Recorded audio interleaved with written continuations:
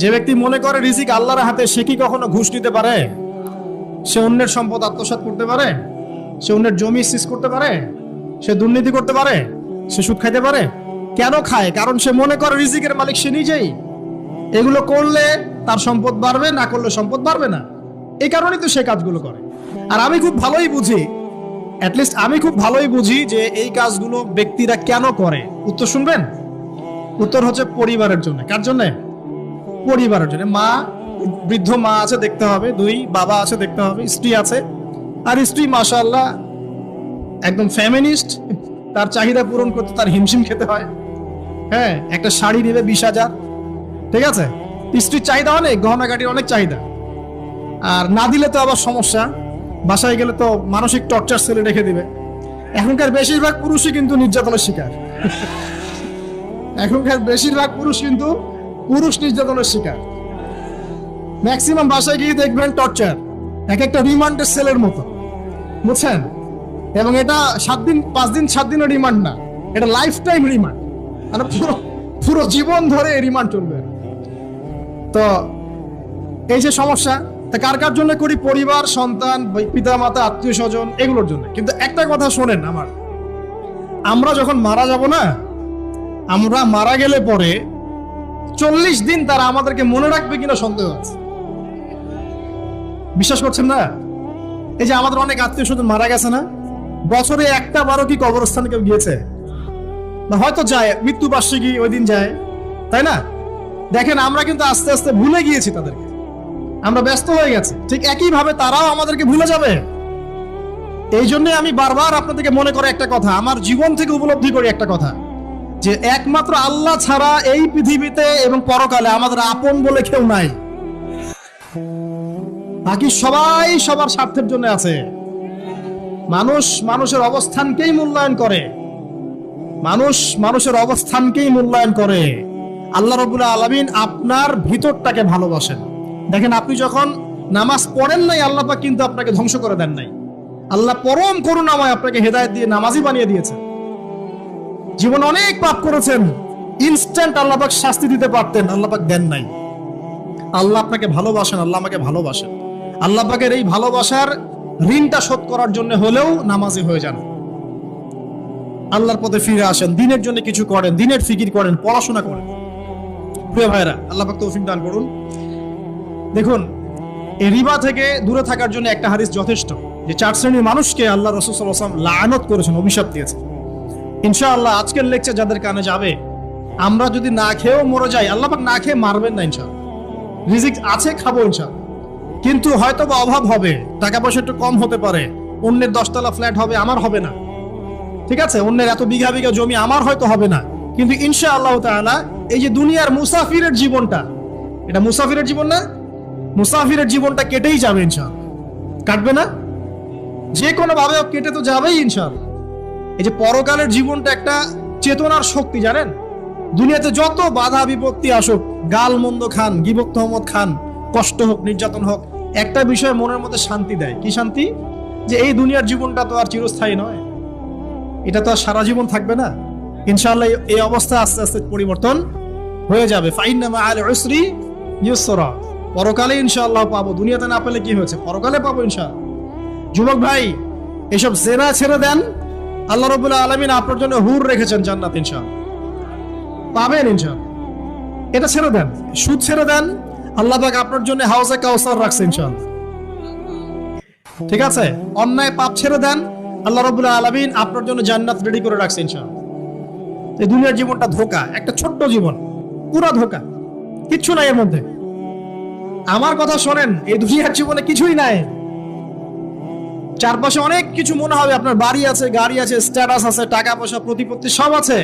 আদতে আপনি একা, আদতে আপনাকে একাই কবরে যাওয়া লাগবে, একাই আল্লাহর সাথে হিসাব নিকাশ দিতে হবে। কেউ নাই সাথে, আমাদের সাথে কেউ নাই। কিন্তু আপনি মনে করছেন যে সেলিব্রিটিজম বড়, আমি পলিটিক্যাল নেতা হয়েছি, আমাকে সবাই চেনে, আমি ইকোনমিক সেক্টরে লিড দেই, রাষ্ট্রকে লিড দেই, আমি ধর্মতাত্ত্বিক ক্ষেত্রে লিড দেই, আমাকে দেখলে মানুষ বাহবা দেয়, ইত্যাদি ইত্যাদি।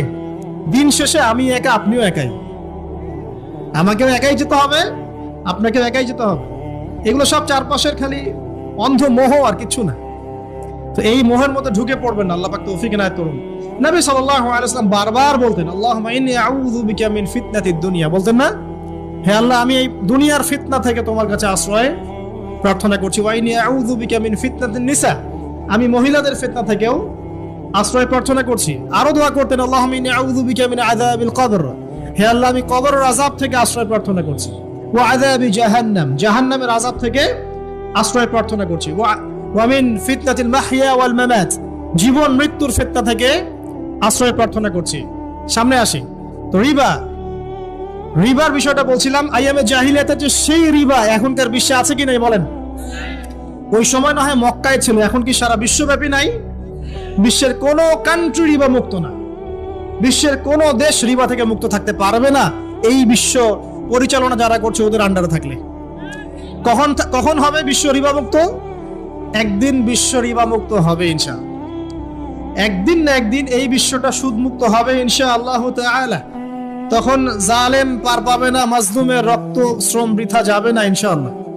কবে, কত বছর পর আমি জানি না, কিন্তু এতটুকু জানি যে মালহামার পরে যখন আল মাহদি আসবেন এবং তারপর যখন মাসিহুদ দাজ্জাল বের হবে এবং ঈসা ইবনে মারইয়ামকে আল্লাহ পাক নামিয়ে দিবেন, তার হাতে যখন দাজ্জাল নিহত হবে এবং জেরুজালেম থেকে যখন পুরো বিশ্ব শাসন করা হবে মুসলিমদের হাতে, তখন রিবা বলে কিচ্ছু থাকবে না পৃথিবীর ইনশাআল্লাহ। তার আগ পর্যন্ত এই অবস্থা সলভ হবে কিনা আমরা জানি না, হতেও পারে নাও হতে পারে, তবে ওই সময় যে হবে নিশ্চিত ইনশাআল্লাহ। আসুন, আইয়ামে জাহিলিয়াতের আরেকটা বড় পাপ ছিল যে এক ভাই বলেছেন, সেটা হচ্ছে নারীর অবমাননা। কে বলেছে এই কথাটা? সামনে একজন। হ্যাঁ, আইয়ামে জাহিলিয়াতের অন্যতম একটা সেরা পাপ ছিল কি? নারীর অবমাননা। এটা নিয়ে কি বলতে হবে? এখন ধর্মের মধ্যেও আমরা নারীদেরকে অবমাননা করছি। বহু নামাজি ব্যক্তি আছে আমাদের মধ্যে, দেখবেন বোনের সম্পত্তি দেয় নাই, মেয়েকে শিক্ষিত করতে চাচ্ছেন না। কেন চাচ্ছেন না? ওর কি অধিকার নাই শিক্ষার? আপনি কি জানেন যে আয়েশা রাদিয়াল্লাহু আনহার কাছে বহু সাহাবী হাদিসের তালিম নিয়েছেন, বহু হাদিস শিখিয়েছেন কে? মা আয়েশা রাদিয়াল্লাহু আনহা। তো তিনি যদি শিক্ষিত না হতেন শেখাতে পারতেন? তো মেয়েদের শিক্ষার দরকার আছে না? হ্যাঁ, কি বিষয় দরকার? তাদের উপযুক্ত পরিবেশ নিশ্চিত করতে হবে, নিরাপত্তা, পর্দা এগুলো নিশ্চিত করতে হবে। তারপরে মেয়েদেরকে আপনি অবশ্যই শিক্ষিত করবেন। ঘরের কোণে বসে রাখতে কে বলেছে? আপনি নিরাপদ পরিবেশ দেন, পর্দা দেন, তারা মাদ্রাসা যাবে, পড়াশোনা করবে। ঠিক আছে? আল্লাহ পাক আমাদের মা বোনদেরকে শিক্ষিত করার তৌফিক দান করুন, আমিন। ভালো ভালো কোয়ালিটি সম্পন্ন মহিলা মাদ্রাসা গড়ে তোলেন। আর মেয়েরা যদি শিক্ষিত না হয় তাহলে আমাদের বাড়ির বউরা শিক্ষিত হবে না, আর বউ শিক্ষিত না হলে আপনি একা শিক্ষিত হয়ে লাভ নাই। তখন ওই যে বললাম টর্চার সেল, ওই টর্চার সেলে ঢুকতে হবে আর কি। কথা বুঝতে পারছেন না? আগে বিয়ে শাদী করেন, বুঝবেন ইনশাআল্লাহ। আর যারা করেছেন তারা অলরেডি হাসছে যে মিসমিট করে দেয়। ঠিক আছে? আচ্ছা, সামনে আসেন। দেখেন মেয়েদের অবমাননা কিভাবে দেখাবো। সবচেয়ে বড় অবমাননা হচ্ছে ওদের দেহটাকে আমরা এখন পণ্য বানিয়েছি। এখানে সমাধান কি? সমাধান আয়েশা রাদিয়াল্লাহু আনহা। সমাধান কে? সমাধান ফাতিমা রাদিয়াল্লাহু আনহা। সমাধান কে? সমাধান খাদিজা রাদিয়াল্লাহু আনহা। আমাদের মা, আমাদের বোন, আমাদের স্ত্রীদেরকে তাদের মতো করে মানুষ করতে হবে, গড়ে তুলতে হবে ইনশাআল্লাহ। দেখবেন নারীর সত্যিকারের সম্মান নিশ্চিত হবে ইনশাআল্লাহ। ইসলাম কি কখনো বলেছে যে মেয়েরা কাজ করতে পারবে না, পড়াশোনা করতে পারবে না ইত্যাদি? এই নাস্তিকরা তো ঠুনকো যুক্তি দিয়ে আক্রমণ করে। কে বলেছে সমস্যা? এমন ইসলামিক স্টেট আছে যেখানে একটা স্টুডিও, মনে করি স্টুডিও, ছবি তোলা হয় কথার কথা, সেখানে সব কর্মী মহিলা, কোনো পুরুষ নাই। একটা মাদ্রাসা, সমস্ত কর্মী মহিলা, কোনো পুরুষ নাই। একটা স্কুল, সবাই মহিলা, কোনো পুরুষ নাই। ওখানে মেয়েরাই পড়ে, মেয়েরাই শেখায়। জায়েজ না জায়েজ বলেন? একটা নিরাপদ পরিবেশে যদি মেয়েরাই মেয়েদের দায়িত্ব নিয়ে পড়াশোনা করায়, ব্যবসা করে, অন্য কিছু করে, জায়েজ না জায়েজ? তাহলে পরিবেশ নিশ্চিত করাটা হচ্ছে চ্যালেঞ্জ। ইসলাম বলছে না যে আপনি তাকে একদম অজ্ঞ করে রেখে ঘরের কোণে ফেলায় রেখে দেন, তাকে আপনি পড়াশোনাও শিখাবেন না, সম্পত্তির অধিকারও দিবেন না, কিছুই না। এগুলো ইসলাম কখনো বলেনি। বলেছে? আরে বোকা মানুষ, রাসূলুল্লাহ সাল্লাল্লাহু আলাইহি ওয়াসাল্লামের সময় তো মহিলা সাহাবীরা উহুদের যুদ্ধ করেছে। কি শুনলেন? রাসূল সাল্লাল্লাহু আলাইহি ওয়াসাল্লামের সময় মহিলা সাহাবী উহুদের যুদ্ধও করেছে। উহুদের যুদ্ধের নাম শুনেছেন? ওখানে মহিলা সাহাবীও ছিল তীরন্দাজ। তাহলে মহিলারা কি করে নাই নবীর যুগে? খাদিজা রাদিয়াল্লাহু আনহা যত বড় ব্যবসায়ী ছিলেন, এখন এত বড় ব্যবসায়ী পাবেন? কোন মেয়ে আছে এত বড় ব্যবসায়ী? উসমান রাদিয়াল্লাহু আনহু যত বড় বিজনেসম্যান ছিলেন, এখন এত বড় বিজনেসম্যান আছে? তো কি ছিল না সেই স্বর্ণ যুগে? ওই স্বর্ণ যুগের সুন্নতি আমাদেরকে আমল করতে হবে। আল্লাহ পাক তৌফিক ইনায়াত করুন, আমিন। প্রিয় মা ও বোনেরা, পর্দা ছাড়বেন না। আপনাদের জন্য 4টা কাজ: স্বামীর আনুগত্য করা, লজ্জাস্থানের হেফাজত করা, আপনার 5 ওয়াক্ত সালাত ঠিকঠাক মতো আদায় করা এবং রমজান মাসে সাওম রাখা। নবীজি বলেছেন সাল্লাল্লাহু আলাইহি ওয়াসাল্লাম, জান্নাতের যে কোনো দরজা দিয়ে ইচ্ছা আপনি প্রবেশ করতে পারবেন। আপনার জন্য সহজ। আর স্বামীর আনুগত্য বলতে আমি বুঝাইনি স্বামীর দাসত্ব করতে হবে, এটা বলিনি। এখনকার কিছু ফ্যামিলিস্ট মেয়ে আছে, ওরা আনুগত্য শব্দ মনে হয় যে দাসত্ব মনে হয়। আনুগত্য দাসত্ব এক জিনিস না। আনুগত্য কি? স্বামী কোরআন সুন্নাহর অনুকূলে কোনো কথা বলেছে, আপনি মানবেন। স্বামী বলছে পর্দা করো, তোমাকে ভালোবেসে বলছি তুমি পর্দা করো, তুমি আমার অনেক প্রিয় একজন মানুষ, তুমি বেপর্দায় বাইরে যাবা, লোকজন দেখবে, কেমন হয়? ঠিক আছে, তোমাকে তো আমি বিয়ে করেছি, তুমি আমার মানুষ, তোমাকে দেখবে কেন? ঠিক আছে, তো এখন স্বামী ভালো কথা বলেছে, আপনি শুনলেন, এটা আনুগত্য। আর ওই স্বামী যদি বলে আসো তো আমার কলিগরা এসেছে, ওকে খাবার সার্ভ করতে হবে, আসো খাবারটা পরিবেশন করো, এখন আপনি বেপর্দা হয়ে আপনার স্বামীর কলিগের সামনে খাবার পরিবেশন করতে শুরু করলেন, এটা কি আনুগত্য করতে হবে? এটা তখন আপনি আনুগত্য করবেন না। সিম্পল, কোরআন সুন্নাহর অনুগত কাজে আপনি স্বামীর আনুগত্য করবেন, বিপরীতে গেলে আপনি করবেন না। স্বামীর আনুগত্য মানে স্বামীর দাসত্ব নয়।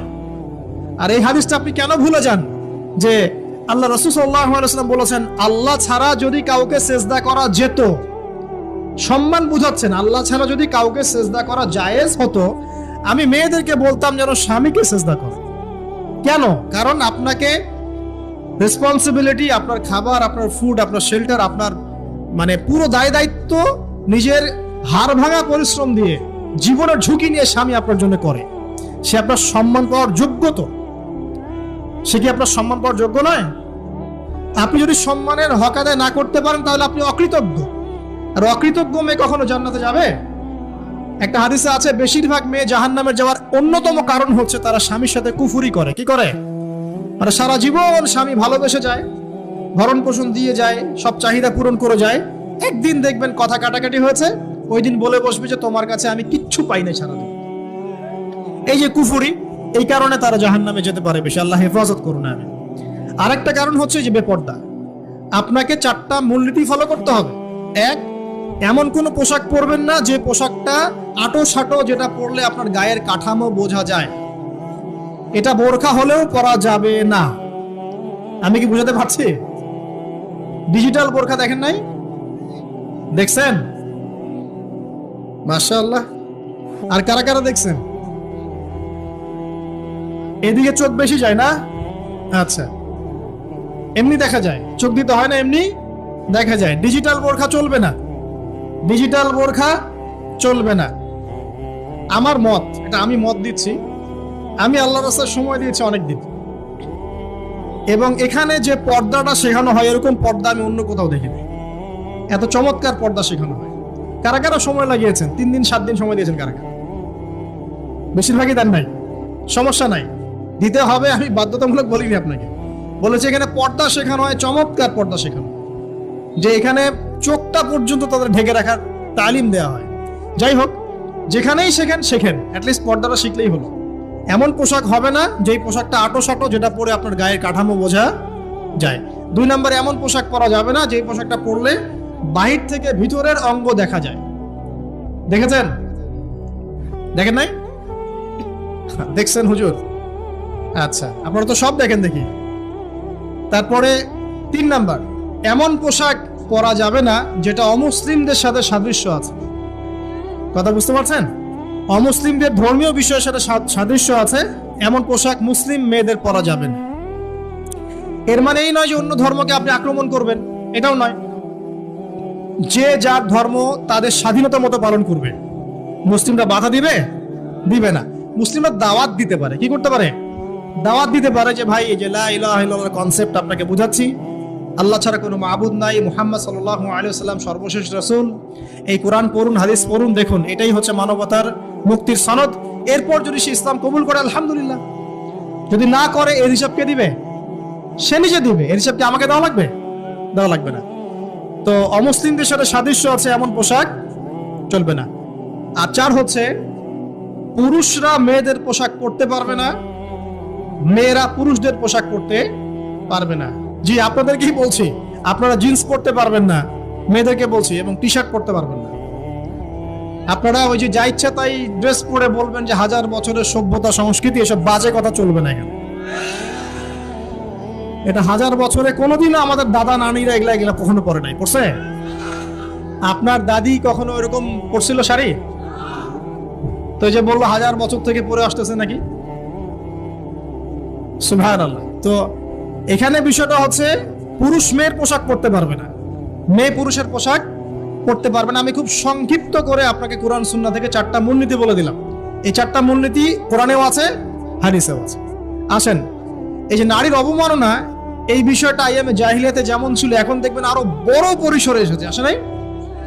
এই যে ফ্যাশন শো, দেহের প্রদর্শনী, বিভিন্ন ফিল্মস দেখবেন, ফিল্ম ইন্ডাস্ট্রিজে দেখবেন, মিউজিকে দেখবেন, পর্নে দেখবেন, মেয়েদের দেহটাকে নিয়ে ব্যবসা করা হচ্ছে।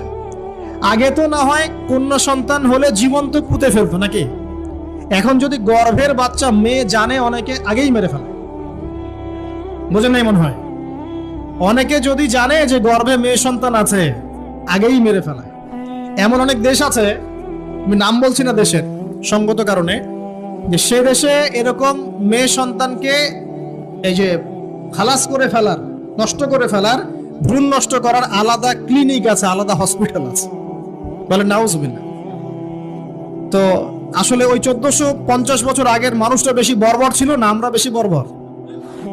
এই যে অধিকারের কথা বলে বলে আমরা মেয়েদের দেহটাকে নিয়ে এখন মস্করা করছি, তামাশা করছি।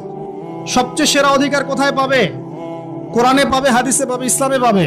তার পর্দা নিশ্চিত হবে, দেহ সেফ থাকবে, তার ইজ্জত নিশ্চিত হবে, ইজ্জত সেফ থাকবে, তার সম্মান সেফ থাকবে, তাকে রাজরানীর মতো স্বামী বাসায় রাখবে, কারণ সে হচ্ছে তার কাছে সবচেয়ে মূল্যবান প্রিয় বস্তু। শুধু তাই নয়, সম্পত্তির অধিকার তাকে দিতে হবে। একজন মেয়ে তার ভাইয়ের সম্পত্তি পাবে, তার বাবার সম্পত্তি পাবে, তার স্বামীর সম্পত্তি পাবে, সব দিক থেকে সে সম্পত্তি পাবে।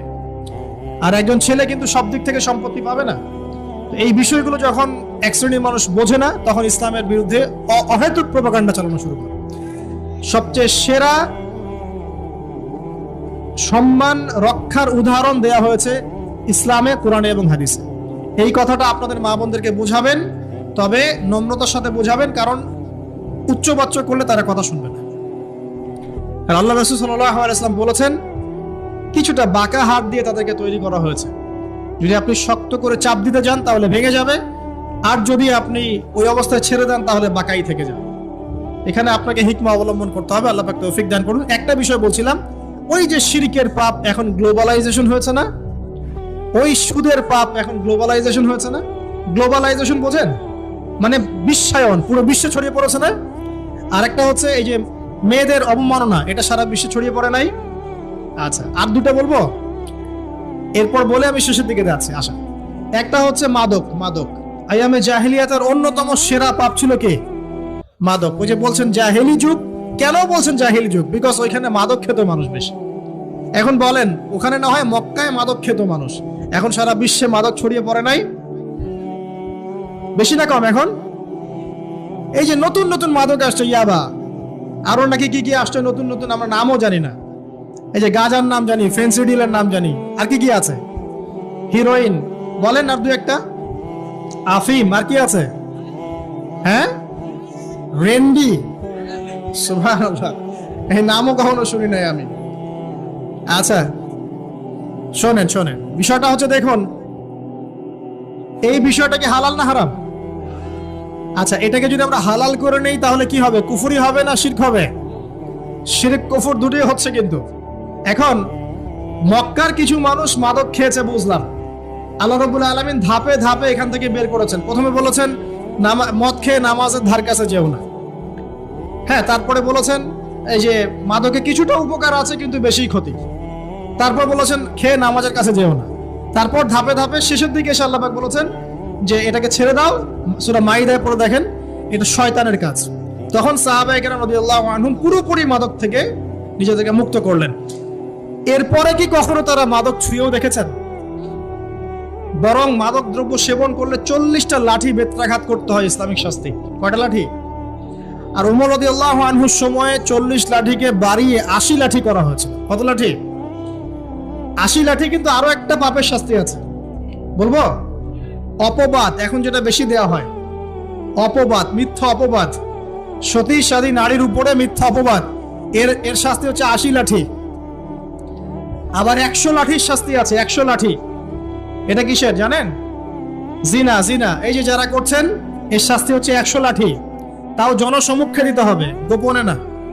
আর 1 বছরের জন্য এলাকা ছাড়া করতে হবে। রজম একটা শাস্তি আছে, রজম। এটা কি? রজম মানে পাথর নিক্ষেপ করে হত্যা। এটা তো বর্বর, তাই না? অমানবিক, মধ্যযুগীয়। এসব কথা শুনছেন না?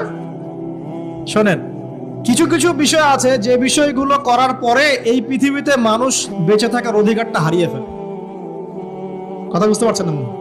কিছু কিছু পাপ আছে, এগুলো করলে পরে মানুষ এই পৃথিবীতে বেঁচে থাকার অধিকারটা হারায় ফেলে।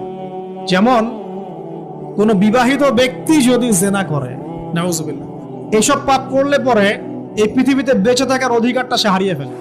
কথা কি বুঝতে পারছেন? আচ্ছা, তখন শাস্তি হচ্ছে আল্লাহ রাব্বুল আলামিন পাথর নিক্ষেপ করে হত্যা করতে বলেছেন। কারণ হচ্ছে সে এত গর্হিত একটা কাজ করেছে যেটা এই শাস্তি পাওয়ার সম্পূর্ণ যোগ্য। তো এই যে ব্যভিচার, পরকীয়া, এগুলোর মধ্য দিয়ে আমরা নারীর অবমাননা করছি না? এবং ধর্মের মাধ্যমে মাঝে মাঝে করছি, যখন আমরা ধর্মের নামে মেয়েদের অধিকার দিচ্ছি না। অনেকেই সম্পত্তির অধিকার দিচ্ছেন না, অনেকেই শিক্ষিত করছেন না, অনেকেই আরো যৌতুক নিচ্ছেন না, যৌতুক নিচ্ছেন না অনেকেই। যে বিয়ের সময় যৌতুক নেয়, এটা তো মেয়ের উপর, মেয়ের পিতার উপর টর্চার করা, সম্পূর্ণ হারাম, সম্পূর্র্ণ হারাম। তারপরে দেখবেন, রিপোর্টগুলো পড়ে দেখবেন যে এই বছর গভর্নমেন্ট রিপোর্ট অনুযায়ী নিবন্ধিত প্রায় 1339টা হয়েছে। তো এটা এখন অ্যাভেলেবল, যে কোনো সব জায়গায় হচ্ছে, এখন অ্যাভেলেবল। মানুষ এটাকে স্বাভাবিক মনে করছে, এখন নর্মাল। নর্মাল কি পারে মানুষ এখন এমন মনে করছে। প্রত্যেক দিন পেপার খুলবেন, দেখবেন প্রত্যেক দিন খবর শুনে, আর সব খবর তো আসে না, আসে হয়তো 10%, 20%, 30%, বেশিরভাগই আসে না। এলাকায় মোড়ে মোড়ে দেখবেন, গ্রামে গঞ্জে শহরে বন্দরে খালি ইফটিজিং, ইফটিজিং দেখবেন, খালি ইফটিজিং। মেয়েদেরকে যৌন হয়রানি করা হচ্ছে, বাসে, অটোতে, টেম্পুতে, সব জায়গায়। দিয়ে উপলব্ধি করে নাই, কান দিয়ে বলেন শোনে নাই, চোখ দিয়ে দেখে নাই। উলাইকা কাল আনআম, এরা ছিল আনআমের মতো। আনআম কি? আনআম মানে গবাদি পশু, ক্যাটলস, গবাদি পশু। শুধু তাই না, বালহুম আদল, বরং এর চেয়েও নিকৃষ্ট ছিল। গবাদি পশুকে যে দায়িত্ব দেওয়া হয়েছে ও সেটা পালন করে। প্রত্যেক প্রাণীকে যে দায়িত্ব দেওয়া হয়েছে সেই দায়িত্ব তারা পালন করে কি না? না হলে আমরা এত বড় বড় বড় প্রাণীর সাথে কিভাবে পেরে উঠতাম? একটা গরু নির্দ্বিধায় জীবনকে সঁপে দিচ্ছে, বিদ্রোহ করছে না, করছে? তো আল্লাহ পাক এই কথা বলছেন, উলাইকা কাল আনআম, তারা হচ্ছে গবাদি পশুর মতো। বালহুম আদল, বরং তার চেয়েও নিকৃষ্ট। কারা? উপলব্ধি করে না, দেখে না, শোনে না। এখন আমাকে উত্তর দেন দেখি, আমাদের মধ্যে এখানে কোন ব্যক্তি আছেন যে চোখে দেখেন না, কানে শোনেন না, উপলব্ধি করেন না? আমরা সবাই চোখে দেখি। এই চোখে দেখি কিনা?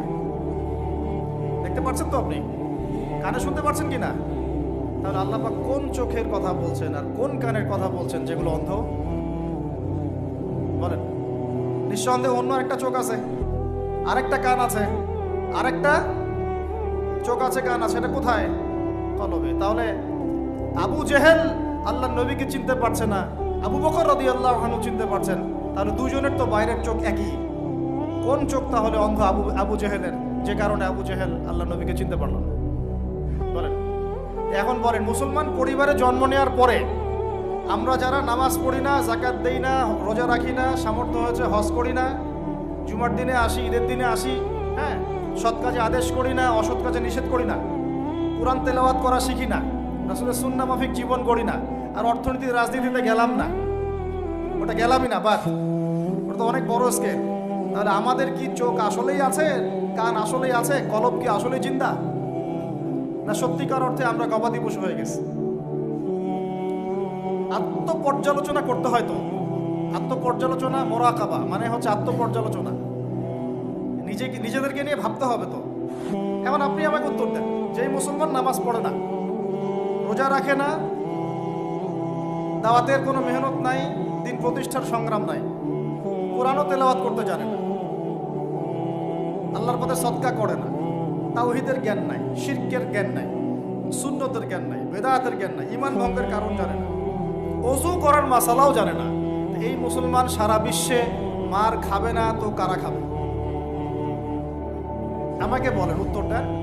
আমার জানা নাই, আমি এগুলো বুঝি না, বুঝতে আসছি। আমি অনেক কিছুই বুঝি না, যে আমার বুঝের সাথে অনেক কিছুই মিলে না। আমার বুঝ এইটা যে মার খাবো না তো খাবে কারা, এটা আমার বুঝ।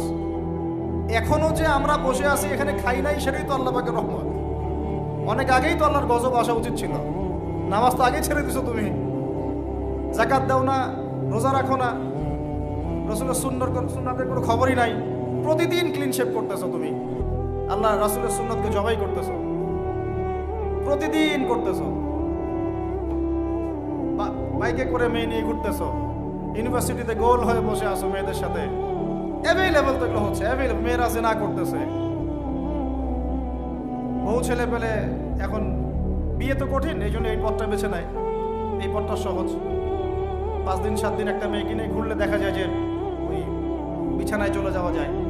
এখন তো এই যুগ চলতেছে, আগেকার সেই যুগ নাই তো, যে চিঠি দিয়ে প্রেম করে, লম্বা প্রেম হয়, পরে বিয়ে হয়।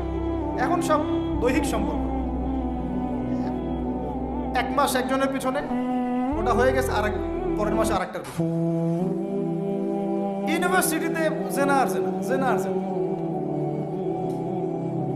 এমনকি চাকরি ক্ষেত্রেও ফ্রি মিক্সিং, অফিস আদালত, কোর্ট কাচারি, রাজনৈতিক মিছিলে পর্যন্ত ছেলে মেয়ে একসাথে সামনে সামনে, সব জায়গায় এগুলো অধিকার। এই ফ্রি মিক্সিং এর কারণে কি হয়েছে, আমরা জেনাটাকে উন্মুক্ত করে ফেলেছি। এখন আপনি বলেন যে, আমাকে বুঝান যে এইরকম অবস্থায় মুসলমানদের উপরে যদি বিপর্যয় না আসে, কোন সময় আসবে? আসে নাই, আল্লাহ পাকের খাস রহমত। হয়তো আল্লাহ পাক এখন পর্যন্ত সুযোগ দিয়ে রেখেছে। উপলব্ধি যে সবাই করে না এমনও না, বহু মানুষ উপলব্ধি করে, কিন্তু তাদের সংখ্যা নিতান্তই কম। আর তাদের মধ্যে আবার বিভক্তি আছে, বিভক্তি আছে, অনৈক্য আছে, আপোষে হিংসা বিদ্বেষ পরশ্রীঘাতরতা আছে, তারা আবার ইউনাইটেড না।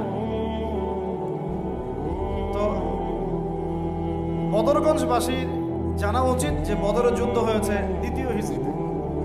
কত হিজরি? 2য় হিজরিতে। আল্লাহ নবী সাল্লাল্লাহু আলাইহি ওয়াসাল্লাম এই চাচার সংসারে মানুষ হয়েছেন প্রায় 53 বছর পর্যন্ত। এই চাচাই তাকে বিয়ে দিয়েছেন 25 বছর বয়সে। তার আগে চাচার ব্যবসা তিনি সামলেছেন। ওই ব্যবসার এক কাফেলা খাদিজা রাদিয়াল্লাহু আনহার অর্থ ছিল। এই ব্যবসা দিয়ে তাকে টেস্ট করলেন, দেখলেন আমানতদার, সুদর্শন, মাশাআল্লাহ উন্নত চরিত্রের মানুষ, উন্নত রুচিবোধের মানুষ, আল্লাহ আমিন, বিশ্বস্ত। বিয়ের প্রস্তাব পাঠালেন, চাচা বিয়ে দিয়ে দিলেন। কার সাথে? খাদিজা রাদিয়াল্লাহু আনহার সাথে। তখন তার বয়স কত ছিল? 25। তার বয়স কত? 40। আর আমাকে এই সেকুলার সমাজকে আমরা বলতে চাই, আমি বলতে চাই অ্যাটলিস্ট, মনে করেন কথার কথা যে আমার স্ত্রীর বয়স 40, আমার বয়স 25। কারণ আমরা একে অপরকে মহব্বত করি, ভালোবাসি, আমরা সংসার জীবনে হ্যাপি, সুখী, এবং আমাদের সন্তান সন্ততিও হচ্ছে। এমন না যে আমরা মেডিকেল সায়েন্সের ভাষায় এইদিকে আমরা অক্ষম। মহব্বত আছে, দুজন দুজনকে পেয়ে সুখী, একে অপরকে ভালোবাসি, সন্তান হচ্ছে। আপনার কোনো সমস্যা? আমি আমার এই ম্যারিড লাইফে আমরা হ্যাপি, আপনার কোনো সমস্যা? আমার স্ত্রীর বয়স 40, আমার বয়স 25। মনে করেন আমার বয়স এখন 32-33 হবে আর কি, সূর্যের হিসাবে, কিন্তু বয়স কিন্তু ফিক্স হয় চন্দ্রের হিসাবে। আমরা সূর্য হিসাব করি। এখন ধরেন আমি একটা বিয়ে করলাম, ধরেন ধরেন ধরেন তো স্ত্রীর বয়স মনে করেন 16 বছর। কত? মনে করেন 16 বছর। 16 বছর একটা মেয়ের কি হায়েজ হয়? হায়েজ হয়? হায়েজ বোঝেন? আচ্ছা, সে কি সন্তান জন্মদানে সক্ষম? সক্ষম। সে কি ম্যাচিউর, ফিজিক্যালি স্ট্রং? এখন ওর বয়স 16, আমার বয়স 32। এখন ও আমার সাথে হ্যাপি, আমি তার সাথে হ্যাপি, সন্তান জন্ম হচ্ছে, দুজন সুখে আছি, মহব্বতের সাথে আছি, সুস্থ আছি। কোনো সমস্যা আপনার?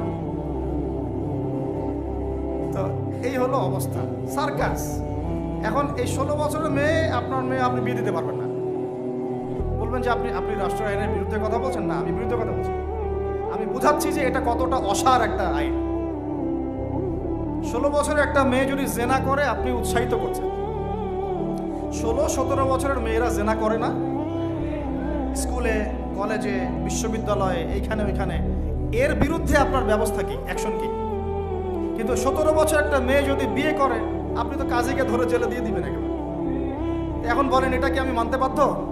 এখন জোর করে চাপাই দিলেন, ল করে দিলেন, মানতে বাধ্য হয়ে গেলাম। তা আসলে কি কোরআন সুন্নাহ সমর্থিত হলো? এখন জবাব দিবেন আল্লাহর কাছে আপনি। জনগণ কিছুই বলতে পারবে না।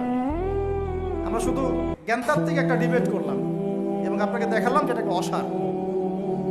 তারপরেও যেটা হয়েছে হোক, অ্যাটলিস্ট বিয়েটা সহজ করলে ভালো হতো। বিয়েটা কঠিন হয়ে গেছে, এই জন্য এটা জেনার রাস্তা বেছে নেয়। তো আমরা জেনাকে উস্কে দিচ্ছি। আরে ভাই 16-17 বছর তো দূরের কথা, এখন 13-14 বছরের মেয়েরাই দেখবেন ঠিক নাই। আপনি মনে করেন এখনকার স্কুল কলেজের মেয়েগুলো খুব দুধে ধোয়া তুলসী পাতা?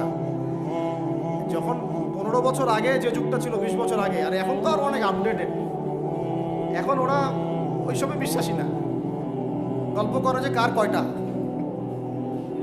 কার কয়টা। কোনো ভাই হাসেন না, কোনো কোনো ক্ষেত্রে মাদ্রাসাও এ থেকে মুক্ত হয় নাই।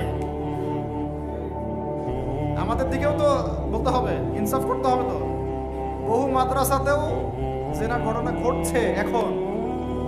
তো সব থেকে সমস্যা, আমি যে পয়েন্টে আছে এখানে চলে আসেন।